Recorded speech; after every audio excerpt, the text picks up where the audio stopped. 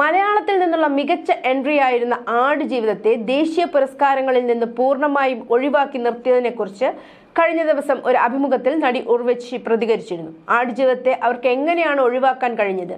നജീബിന്റെ ജീവിതവും കടന്നുപോയ ദുരിതവും അവതരിപ്പിക്കാനായി തന്റെ സമയവും പ്രയത്നവും നൽകിയ ഒരു ശാരീരിക മാറ്റത്തിലൂടെ കടന്നുപോയ ഒരു നടനുണ്ട്. അവാർഡ് ലഭിക്കാതെ പോയതിന് കാരണം എമ്പുരാൻ സിനിമയാണെന്ന് നമുക്കെല്ലാം അറിയാം.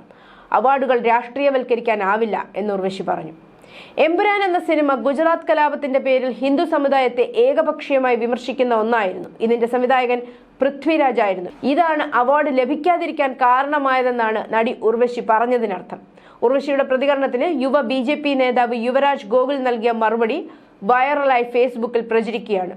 തന്നല്ലേ ഞങ്ങൾക്ക് അറിഞ്ഞുകൂടായിരുന്നു എന്നാണ് യുവരാജ് ഗോകുൽ നടത്തിയ പ്രതികരണം.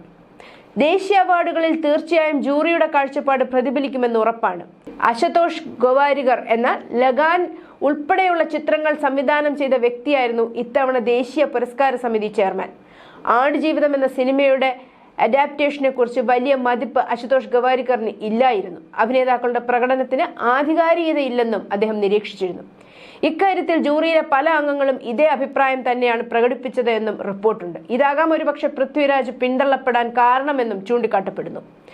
എന്നാൽ രാഷ്ട്രീയ അജണ്ടകളോടെ പ്രവർത്തിക്കുന്ന ചിലരുടെ പ്രചരണത്തിൽ നടി ഉർവശിയും വീണുപോയോ എന്ന ആശങ്കയാണ് ഇപ്പോൾ ഉയരുന്നത്.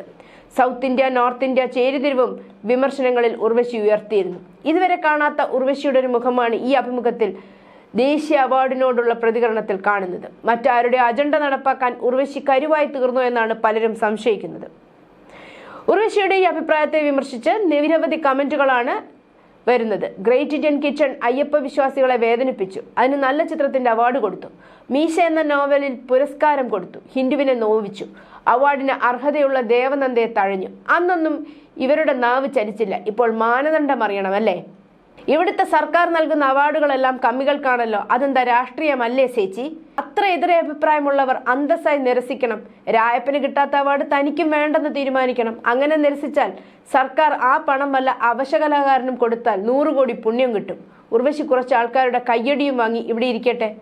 ഉർവശിക്കെങ്കിലും ഇത് മനസ്സിലായല്ലോ, ഇവിടെ ആരും അറിയാതെ ഇരിക്കുകയായിരുന്നു. കലകളിൽ കൃത്യമായ രാഷ്ട്രീയം കലർത്തണം. ഒരു ദേശവിരുദ്ധനും അവാർഡ് കിട്ടരുത്, അത് അവന്റെ പോക്രിത്തരത്തിനുള്ള പ്രോത്സാഹനമാകും എന്നിങ്ങനെയുള്ള ധാരാളം കമന്റുകൾ ഉർവശിയുടെ പ്രതികരണത്തിനടിയിൽ വരുന്നുണ്ട്. News desk movie brand.